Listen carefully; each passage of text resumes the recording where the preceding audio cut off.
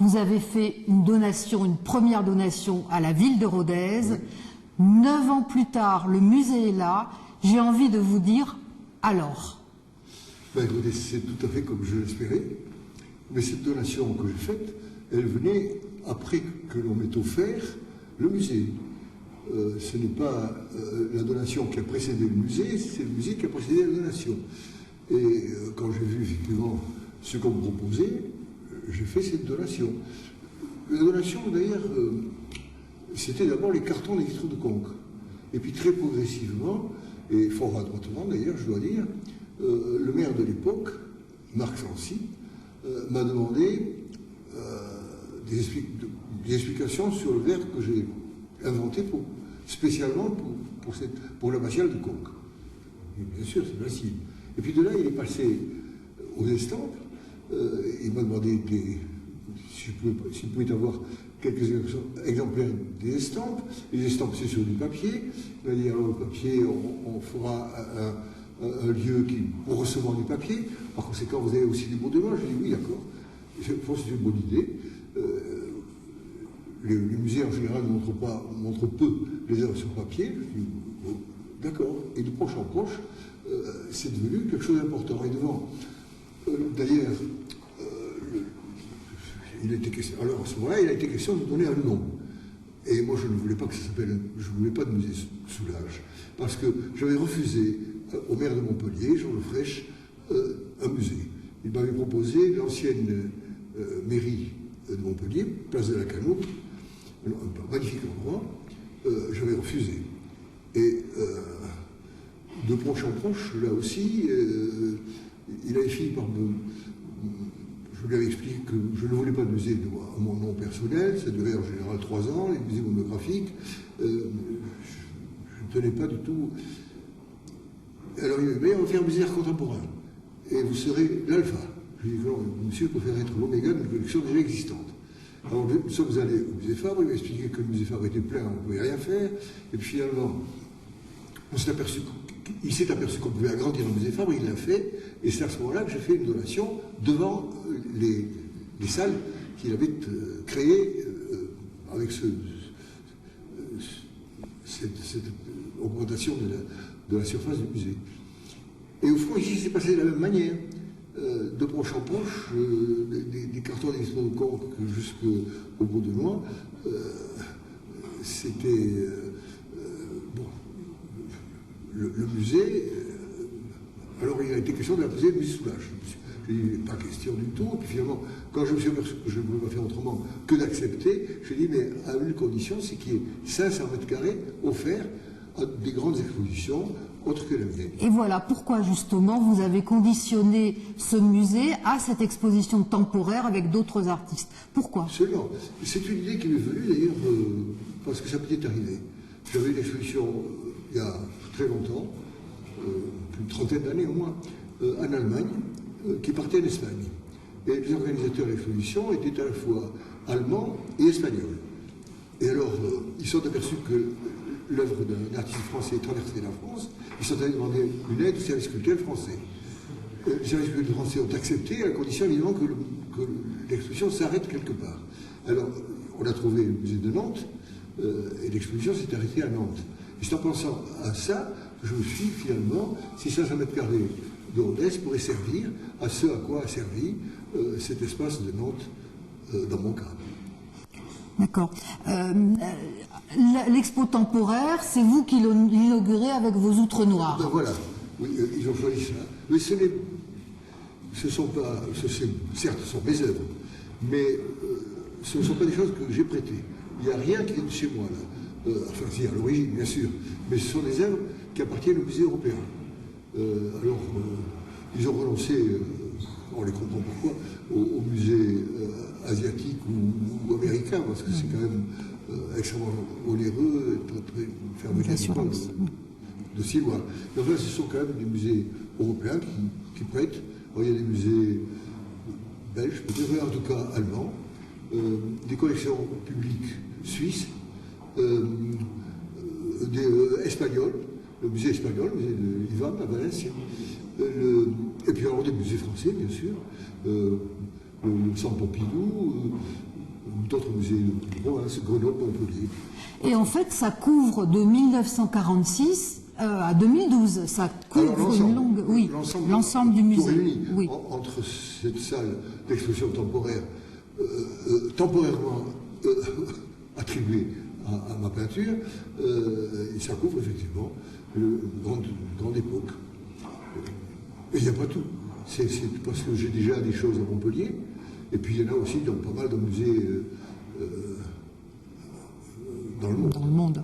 L'accrochage du musée, des œuvres dans ce musée qui est fait pour vous. Il a été fait pour vos œuvres. C'est assez unique. Comment ça s'est passé? Avec mes œuvres, c'est le conservateur, le directeur du musée, qui s'appelle le musée Soulage maintenant, Benoît de Cron, qui a fait l'accrochage avec mon aide, plus exactement, mon contrôle. D'accord. J'ai une question à vous poser. Comment? J'ai une question à vous poser concernant vos débuts. Quand vous avez été admis aux Beaux-Arts à Paris, vous n'y êtes pas allé. Oui, Est-ce que vous vous considérez comme un autodidacte? Non, parce que j'ai appris. Ah, dans ce sens, je peux dire oui. Non, mais je ne voulais pas Je me suis présenté au concours d'admission à l'École nationale supérieure des Beaux-Arts. C'est le patron chez qui je me trouvais, qui préparait en réalité au professeur de dessin, qui m'a poussé à me présenter à ce concours. Et quand j'ai vu ce qui se passait dans cette école, j'ai eu envie de partir. Mais par déférence pour cet homme qui m'avait mis une très bonne note et qui m'avait envoyé préparer et présenter ce concours, j'ai attendu savoir si j'étais admis ou pas. Dès que j'ai su que j'étais admis, j'ai pris le train pour Rodez et je n'ai pas mis du pied. Je ne suis jamais entré aux Beaux-Arts. Mais tout ce que je sais, je l'ai appris des musées. Des musées que j'ai fréquentés, aussi bien le Louvre que tous les musées que je peux voir, notamment le musée Fabre, à Montpellier. Mais vous n'avez pas suivi une école en particulier, vous avez appris par vos yeux, par votre regard, vos sentiments. Et puis sur le plan technique, alors, par des restaurateurs de musée, des restaurateurs qui m'ont donné des conseils. Et puis j'ai lu beaucoup, je me suis documenté.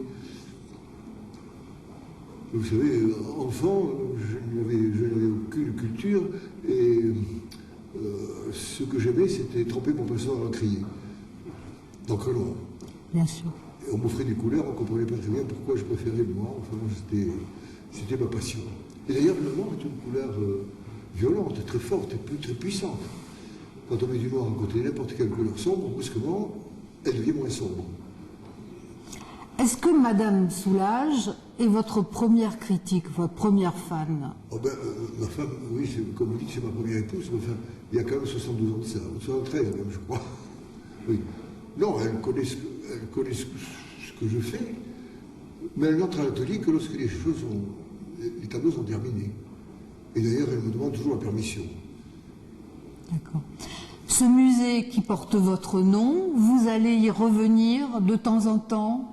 Ça, je n'ai pas de projet de ce côté-là, mais probablement. D'accord. Très bien. Et la suite, après? Après, c'est une autre toile. Je pense que l'avenir, c'est toujours peindre pour vous, c'est toujours travailler, c'est ça. Vous avez une toile sur le chantier? Non, mais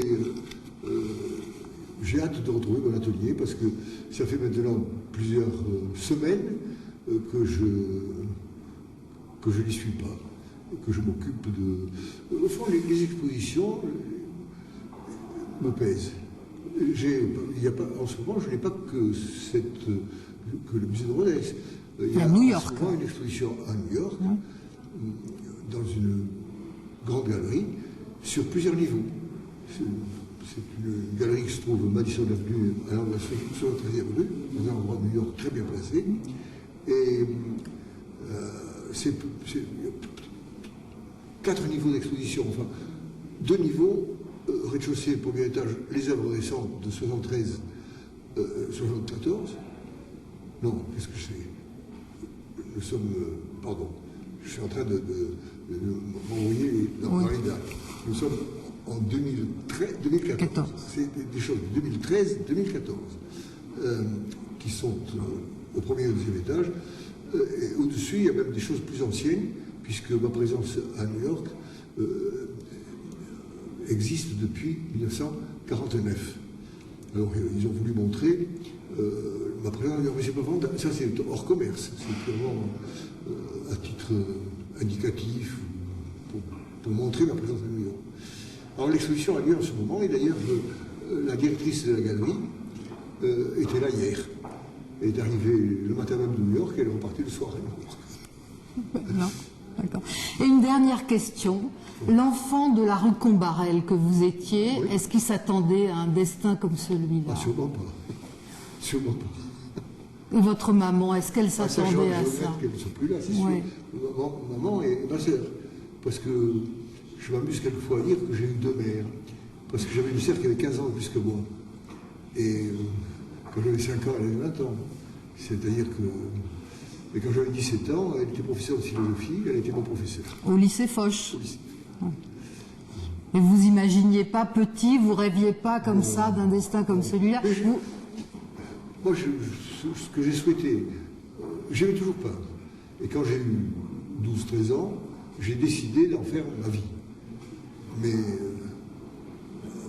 sans penser qu'un jour ou l'autre, on s'intéresserait à ce que je fais au point d'en faire un musée. Des musées, puisqu'il y a aussi Montpellier qui est en quelque sorte un musée aussi, pour moi. Merci beaucoup, Pierre Soulages. Sur ce que vous avez fait, quelles sont les œuvres que vous préférez? Quelle période vous préférez? Pardon? Sur les œuvres que vous avez faites, les différentes œuvres, quelle période vous préférez? Qu'est-ce que vous préférez de vos œuvres à vous? Celle que je vais faire demain. C'est réellement. Le regard sur le passé, ça n'a pas été mon habitude. Je sais qu'on m'oblige à penser au passé parce qu'on fait des expositions rétrospectives ou des musées, mais en réalité, moi je peux dire que j'ai l'esprit occupé parce que j'ai envie de faire. C'est-à-dire plutôt par ce que je ferai demain. C'est plutôt ma nature. Plutôt que de regarder avec attention et de m'attendrir sur les débuts.